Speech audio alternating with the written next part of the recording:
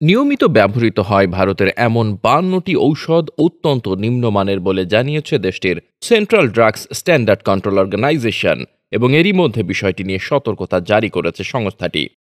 ঔষধগুলোর মধ্য থেকে 22টি ভারতের হিমাচল প্রদেশ রাজ্যে তৈরি করা হয় বলে জানিয়েছে সিডিএসসিও। নমুনা সংগ্রহ করা হয়েছিল জয়পুর, হায়দ্রাবাদ, ওয়াঘড়িয়া এবং গুজরাটের ভাদোদরা, অন্ধ্রপ্রদেশ এবং ইন্দোর থেকেও। সূত্রের খবর, যেসব ফার্মাসিউটিক্যাল কোম্পানি এসব ঔষধ তৈরি করেছে তাদের নোটিশ পাঠানো হয়েছে। একই সাথে যে ঔষধগুলোর গুণগত মান নিয়ে প্রশ্ন উঠেছে তা বাজারজাত করা হয়ে থাকলে সেগুলো দ্রুত তুলে নেওয়ার নির্দেশ দেওয়া হয়েছে। ২০ জুন একটি সতর্কতা জারি করে সিডিএসসিও।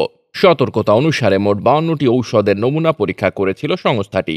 এসব ঔষধের তালিকায় রয়েছে ক্লোনাজেপাম ট্যাবলেট, যা খিঁচুনি এবং উদ্বেগজনিত রোগের চিকিৎসায় ব্যবহৃত হয়; ব্যথা উপশমকারী ডাইক্লোফেনাক; অ্যান্টিহাইপারটেনশন ড্রাগ টেলমিসার্টন; অ্যাম্ব্রোক্সল, যা শ্বাসযন্ত্রের রোগের চিকিৎসায় ব্যবহৃত হয়; ফ্লুকোনাজোল, একটি অ্যান্টিফাঙ্গাল; এবং কিছু মাল্টিভিটামিন এবং ক্যালসিয়াম ট্যাবলেট।